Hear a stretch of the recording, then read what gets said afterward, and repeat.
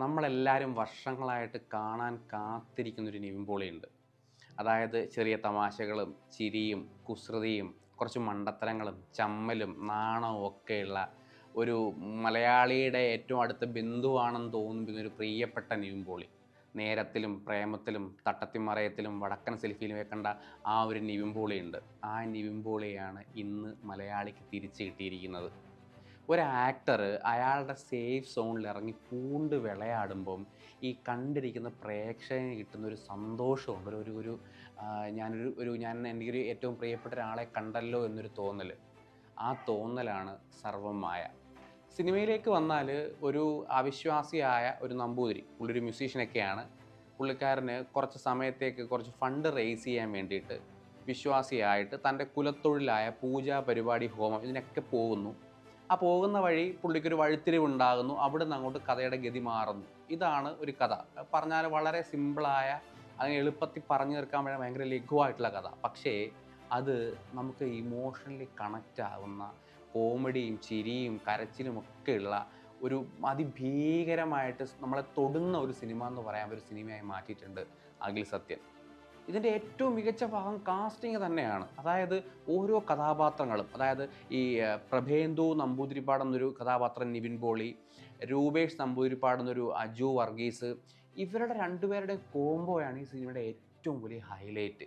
അതായത് നമ്മൾ ഏറ്റവും അവസാനം കണ്ടത് വടക്കൻ സെൽഫിലാണെന്ന് തോന്നുന്നു ഈ കോംബോയുടെ ഒരു അഴിഞ്ഞാട്ടം എന്ന് പറയാൻ പറ്റുന്നത്. ഈ കോംബോ വരുമ്പോൾ അവരുടെ സംസാരങ്ങളുടെ, അവരുടെ നർമ്മങ്ങളുടെ ആ കോമഡികളൊക്കെ വർക്കായി.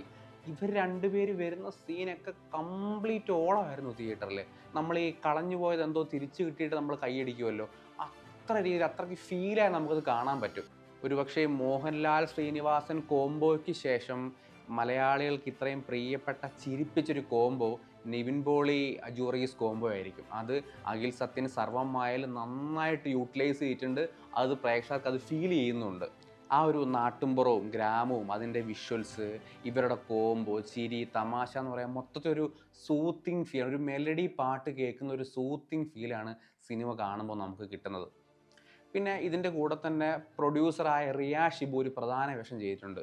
ഒരു പെർഫെക്റ്റ് കാസ്റ്റ് ആയിരുന്നു കേട്ടോ.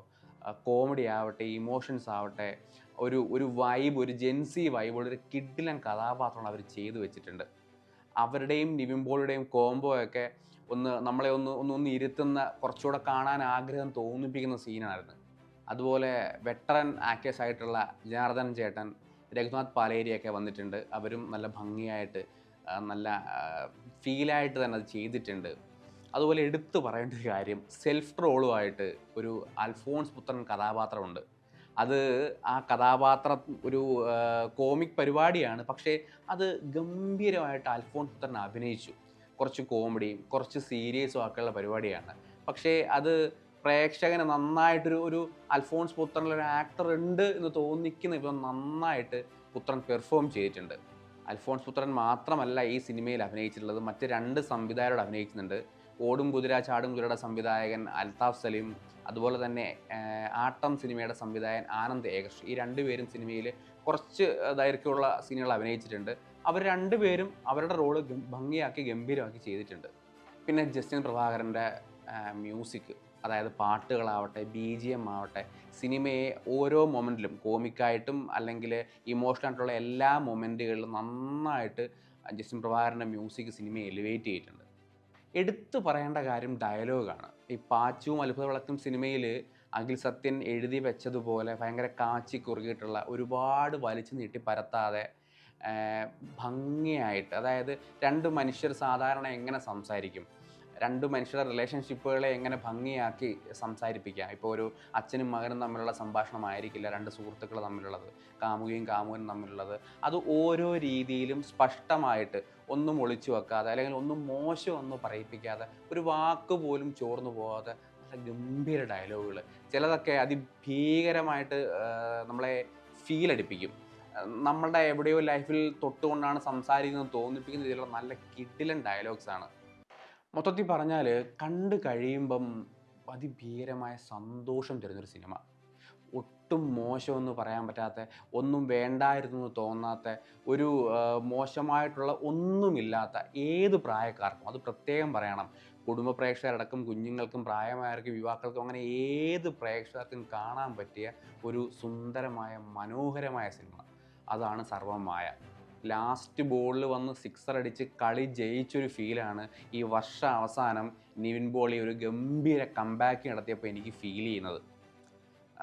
മിസ്റ്റർ നിവിൻ പോളി, നിങ്ങൾ ഈ സിനിമ ചെയ്യണം, ഈ സിനിമ ചെയ്യരുത് എന്നൊന്നും പറയാൻ ഞങ്ങൾ ആളല്ല. പക്ഷേ വർഷത്തിൽ ഈ സർവമായ പോലെ ഒരു ഐറ്റം തരണം. അത് മാത്രം മതി മനസ്സ് നിറഞ്ഞ് മലയാളിക്ക് കൈയടിക്കാൻ, തിയേറ്ററിലൊക്കെ പോകാനായിട്ട്. And Akhil Sathyan, thank you. ഒരുപാട് തവണ ഒരുപാട് പേര് ശ്രമിച്ചിട്ട് പരാജയപ്പെട്ട കാര്യമാണ് നിവിൻ പോളിയെ തിരിച്ചു കൊണ്ടുവരിക എന്നുള്ളത്. നിങ്ങളത് ഭംഗിയായി അയാളുടെ സേഫ് സോണിൽ ഏറ്റവും മികച്ച വേഷം കൊടുത്ത് കൊണ്ടുവന്നിട്ടുണ്ട്. Thank you, thanks a ton.